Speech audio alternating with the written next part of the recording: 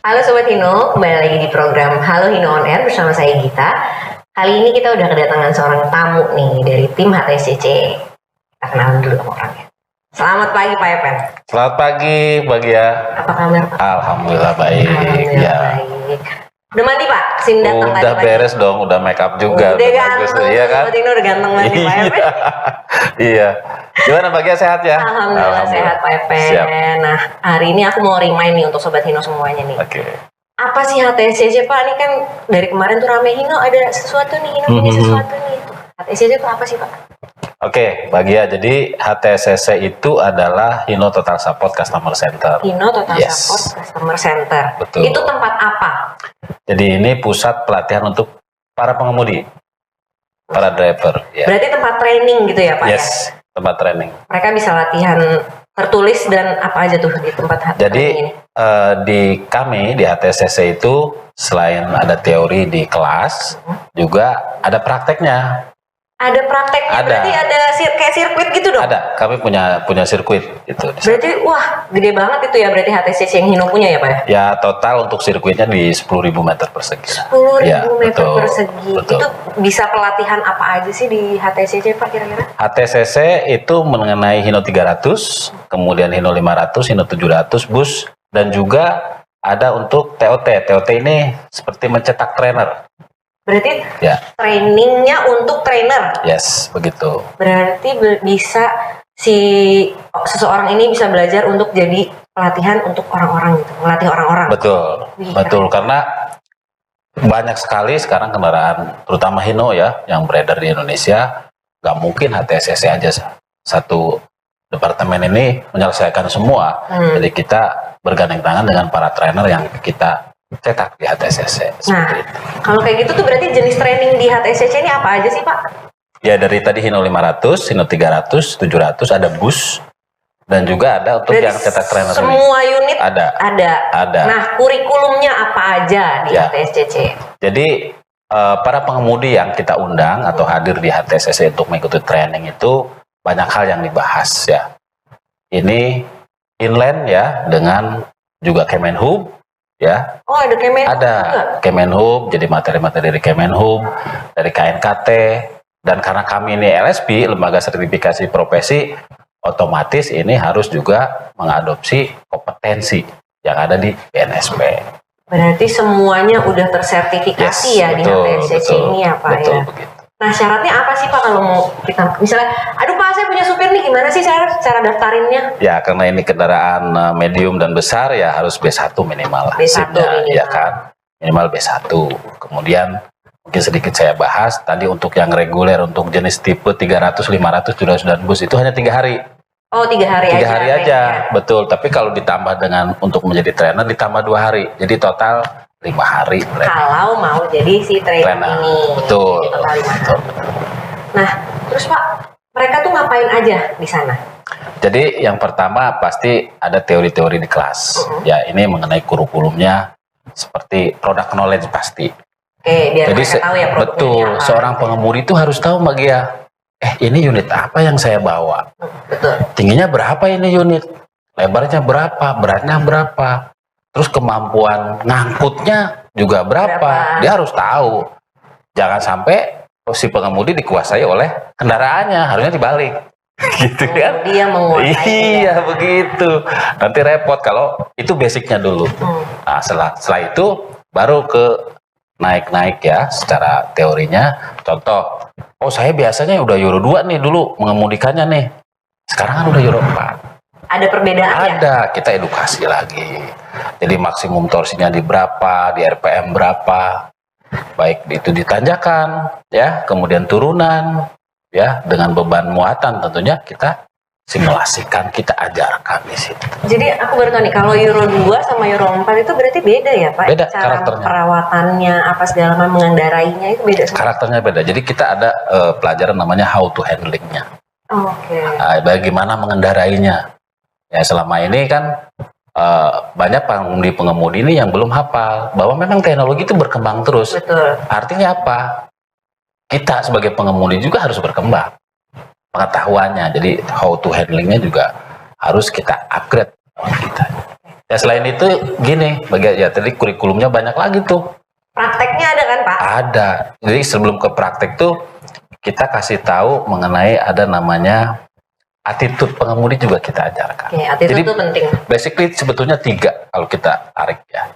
Knowledge, skill, dan attitude pengemudi ini. Oke, knowledge, Skill, dan attitude. Betul. Itu penting 3. Betul 3 itu.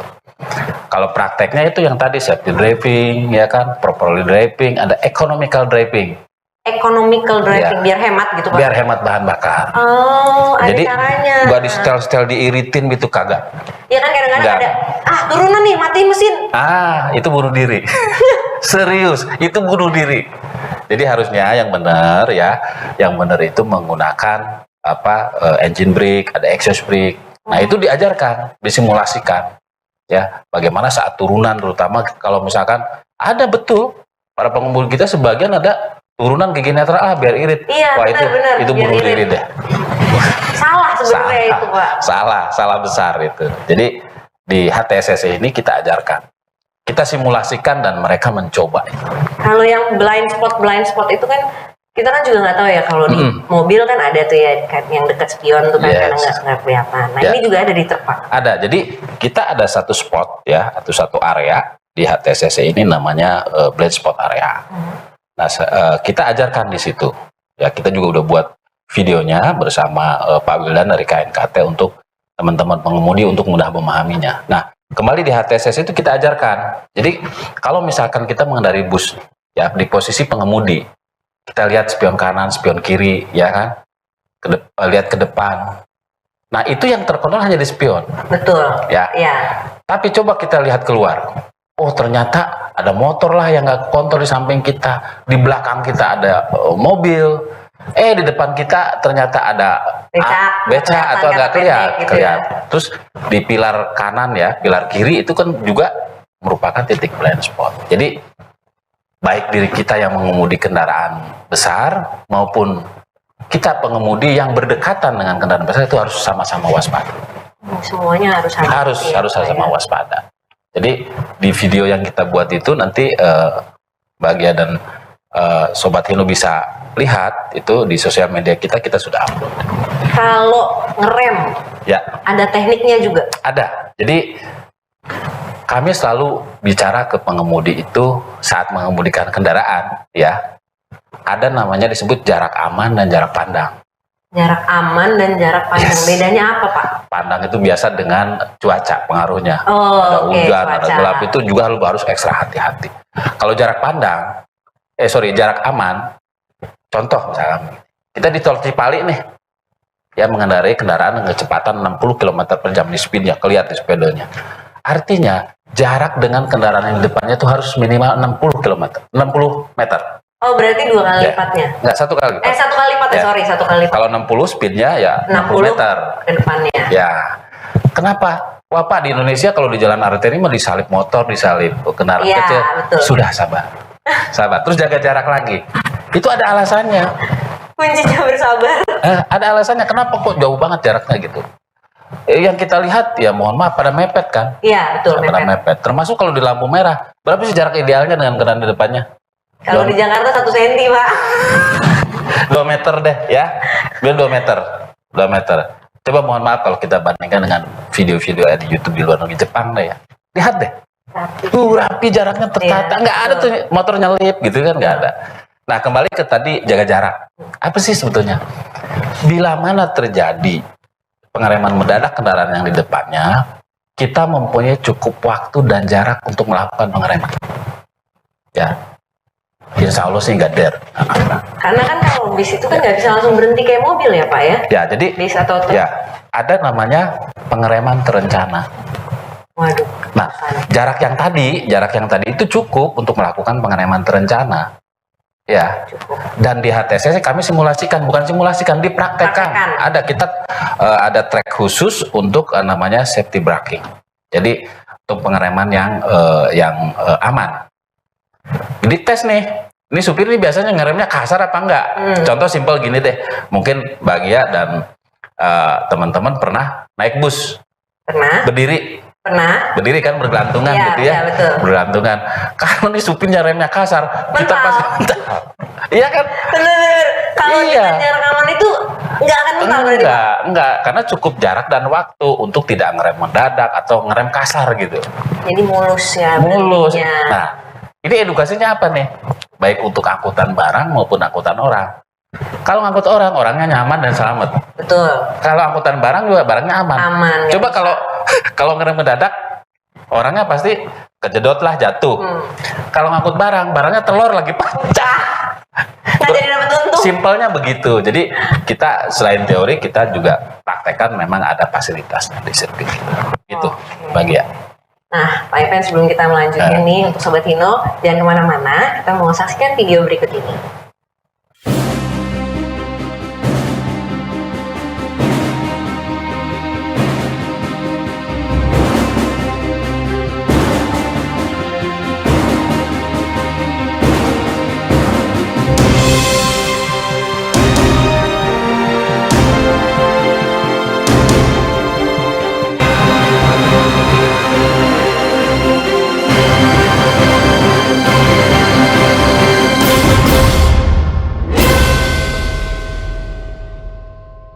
Halo Sobat Hino, kembali lagi nih di Halo Hino On Air di segmen selanjutnya. Tentunya masih bareng sama Pak Evan. Nah, Pak Evan, Ya. di mana lokasi HTSCC? Dari tadi kita ngobrol, Iya. saya lupa nanya lokasinya di mana. Oh ya, HTSCC itu ada di kawasan Bukit Indah di Purwakarta. Bukit Indah, Purwakarta. Ya, di area-area pabrik Hino lah. Deket pabrik Hino. Dekat pabrik Hino. Wah, berarti Jadi kalau dari Jakarta keluar tol Dawan, Oke. ya, masuk ke kawasan Bukit Indah. Kota Bukit Indah. Iya, Nggak jauh lah ya Pak ya untuk Nggak. training, udah bermanfaat, nggak jauh, siapa Ya. yang nggak mau datang, ya kan Pak? Ya. Nah, terus nih ya, yang tadi udah kita bahas nih, apa lagi sih Pak yang difokuskan nih selain yang tadi Pak Evan jelasin sih? Oke. Jadi seiring dengan yang sertifikasi BNSP ya, kita konsen juga di daily inspection atau disebut P2H atau pemeriksaan harian. Bahwa seorang pengemudi itu memang wajib hukumnya, kalau kami bilang, untuk melakukan pemeriksaan harian, memastikan kondisi kendaraannya itu layak jalan. Jadi benar-benar setiap hari sebelum mereka berangkat, itu Betul. harus dicek dulu ya Pak semuanya? Betul. Nah itu kita ajarkan, ada checklistnya. Setiap tipe kendaraan berbeda-beda. Dari mulai truk, ya bus, kemudian trailer itu beda-beda. Jadi tidak asal centang, mereka betul-betul harus tahu, ya kan, mengenai kondisi air radiatornya seperti apa, kemudian baut rodanya, pipa-pipa, saluran anginnya seperti apa, mereka harus cek. Berarti mereka Ya. semua harus ngerti juga unit mereka ini tuh karakternya kayak gimana gitu. Betul, kondisinya. Iya, kondisinya gimana sebelum Betul. mereka berangkat, supaya semua checklist yang ada di listnya mereka itu udah bagus semua dan ready Betul. untuk berangkat gitu ya Pak? Ya, bila mana ditemukan dan kelainan, ya sehingga menurut pengemudi itu, oh ini bahaya nih kalau di jalan ini, dia harus lapor ke koordinatornya lah, pimpinannya lah ya, lapor. Intinya komunikasi itu kita juga ajarkan, Pak. Jadi berdasarkan pemeriksaan kami ini kiranya perlu diperbaiki lebih lanjut, sehingga unit ini mohon maaf kami tidak bisa kemudikan gitu, atau mungkin ada alternatif lain, ganti unit yang lain kalau memang kiriman barangnya itu untuk ngirim barang udah ditunggu nggak bisa Urgent gitu. gitu, kurang lebih begitu. Jadi tetap fokusnya adalah keselamatan yang utama. Oke. Nah, ini aku juga mau nanya nih Pak. Nah, Ya. sertifikasi pengemudi di HTSCC itu kayak gimana sih? Oh ya, jadi sebagai perusahaan yang udah tersertifikasi oleh BNSP, namanya LSP, Lembaga Sertifikasi Profesi, LSP, LPK, Hino Motor Sales Indonesia, kita ada 4 skema pengemudi yang udah tersertifikasi. Ya, udah dapat lisensi kita dari BNSP. Yang pertama untuk pengemudi angkutan bus antar kota, antar provinsi. Pengemudi bus akap. Pengemudi bus akap itu Ya, yang pertama yang pertama. sudah sertifikasi. Ya, betul. Kemudian yang kedua untuk pengemudi angkutan pengangkut barang khusus. Angkutan pengangkut Ya. barang. Contohnya gimana Contoh tuh? yang kargo. Oh, kargo. Nah, semen masuk barang khusus juga ya. Jadi yang khusus itu. Kemudian yang ketiga terkait mengemudi angkutan barang untuk pengangkut bahan berbahaya dan beracun. Angkutan B3. Bahan berbahaya beracun. BBM, BBG, ya kimia, limbah. itu kita sudah dapat lisensi. Ya, dapat lisensi untuk mengadakan sertifikasi pengemudinya. Kemudian yang keempat ini untuk mengemudi angkutan massal. Bus seperti halnya banyak nih di Jakarta nih. Transjakarta, ada Transpakuan, Trans Jogja, banyak. Mereka juga ikut training di HTCC. Ikut, dan kita berhak mengeluarkan sertifikatnya untuk pengemudinya. Kok bisa, Pak? Bisa. Jadi karena kita udah terlisensi ya dari BNSP. Satu-satunya atau gimana? Ada, memang beberapa ada. Cuma kalau yang tersertifikasi secara ATPM baru kita nih, Jadi kita satu-satunya ya, yang sudah ATPM yang terverifikasi. Ya, oleh BNSP. Ya, jadi mereka karena kita ikut regular training dulu 3 hari kurang lebih, dan sertifikasinya 1 sampai 2 hari mereka. Si pengemudinya. Pengemudi ini yang di training. Pokoknya puncaknya sertifikasi itu deh. Pokoknya seru deh kalau pas ada yang 2 hari itu, karena ada tes teori, ada tes praktek, terakhir interview. Interview 1 jam nih. Interviewnya apa, Pak? Gini, jadi banyak banget. Jadi contoh gini, untuk angkutan massal itu item kompetensinya itu ada 17. Serius. Banyak 17. Ya, 17. Jadi dari mulai mereka komunikasi, kemudian persiapan kendaraan, ada namanya item kompetensi mengenai mengemudi secara aman, dan sampai terakhir ada basic bahasa Inggris. Sampai bahasa Inggris aja ada. Ada, karena gini, kalau kami lihat ini para ahli kita, para pakar di kita ini masukan kompetensi yang ada di BNSP ini luar biasa. Kita paham sekarang konsumennya ini nggak semua orang Indonesia. Iya dong. Iya, kan banyak yang PMA ya kan, kita ngirim barang, kemudian bukan juga kita ajarin tensis ya. Ya nggak masuk, paling yang kita ajarkan gitu itu basic daily conversation lah. Bagaimana memperkenalkan diri, kemudian juga sedikit percakapan saat lagi ngirim barang, saat barang sampai tujuan gitu. Terakhir, etika mengemudi ada. Etika mengemudi. Yes. Gimana itu, Pak? Jadi etika mengemudi ini bagaimana dia mengkomunikasikan dengan pada saat di jalan. Ya, itu ada etikanya. Nggak emosian, sabar, ya kan? Saya nggak lulus, Pak. Ya kayak gitu. Jadi itu yang paling penting, attitude itu yang tadi. Jadi ada knowledge, skill, dan attitude. Kalau skill mah mereka udah puluhan tahun pengalaman, udahlah. Bisa, cuma tinggal diarahkan. Kadang tikungan begini ngebut, ya harusnya maksimum berapa. Contoh banyak peraturan di Indonesia itu, baik peraturan pemerintah, peraturan kementerian, ya banyak mengatur tentang kecepatan. Contoh arteri dalam kota, berapa? Paling 30 km per jam. Untuk truk dan bus? Iya, paling kalau antar kota nih yang bukan dalam kota, antar kota misalkan Bogor, Jakarta, arterinya paling 50 km per jam. Di tol coba. Iya, banyak tuh yang nggak sabar. Dia coba tol berapa? Tol dalam kota maksimum 80. Iya, 80. Luar kota berapa? Maksimum 100. Coba kita lihat. Lebih, Pak. Lebih. Nah, itu hal-hal yang memang kita tekankan di sini sesuai dengan fakta di lapangan. Ada lagi yang seru. Apa, Pak? Portal. Portal. Ada, kita ajarin juga cara ngelewatin portal.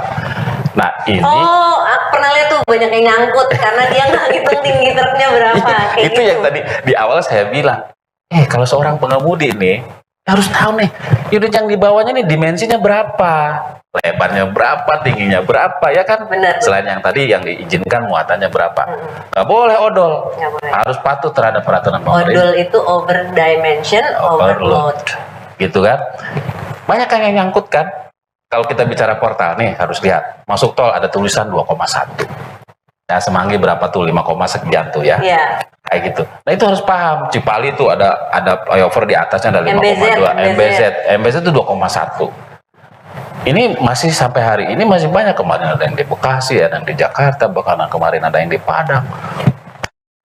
Nah ini inline dengan materi bahwa seorang pengemudi itu harus mengetahui rute perjalanan. Contoh, kalau Mbak Gia mau kemana nih, ke Cirebon, mau lewat mana nih, tol Cipali apa Pantura yang lama nih? Ya. Dia harus tahu. Oh di sana lewat jembatan ini, ini jalannya menyempit, gitu. Jadi jangan asal main. Pokoknya kita ajarkan pengemudi itu berbagai alternatif. Contoh mau ke Bandung, lihat map. Oh, saya nggak lewat tol Cipularang deh. Saya mau lihat bawah. Kalau bawah macet, saya harus lewat mana? Ini rintangannya apa di sini? Turunannya seperti apa? Tanyakan seperti apa. Dia bisa memprediksi. Kita ajarkan juga mereka namanya KYT training. KYT training itu memprediksi potensi kecelakaan yang bisa menimpa dia. Oh, bisa gitu ya? Ya, jadi kita perkirakan nih. Wah, ini beban standar misalkan ya, angkutan standar.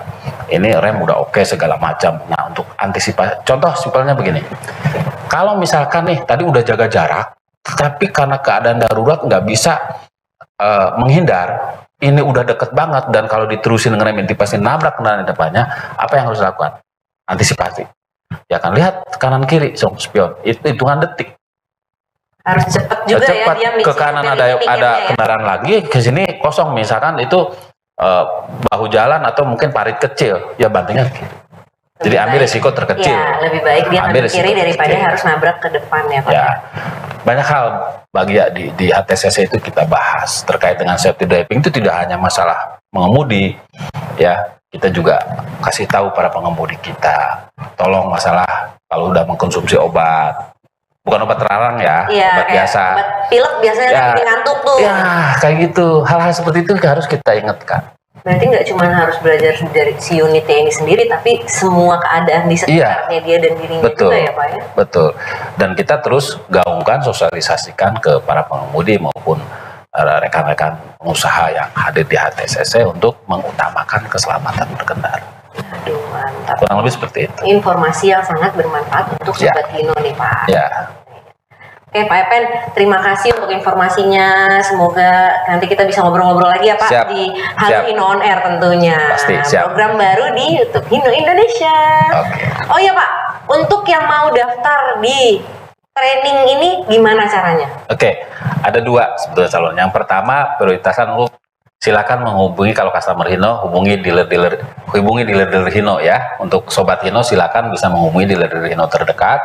Kemudian yang kedua bisa juga follow mengenai akun sosial media kami ya. Akunnya Hino HTCC Indonesia. Ada di TikTok, ada di Instagram, ada. Boleh komen, nanti admin yang akan hubungi kembali. Boleh langsung DM juga ya Pak ya? Boleh banget Sobat Hino. Langsung dibalas pastinya. Siap, sama Mimin pasti. Dari HTCC ya Pak. Siap. Oke, baik, terima kasih Sobat Hino. Mudah-mudahan informasi yang sudah kami sampaikan di Halo Hino On Air ini bisa bermanfaat untuk Sobat Hino semuanya. Sampai jumpa di program Halo Hino selanjutnya.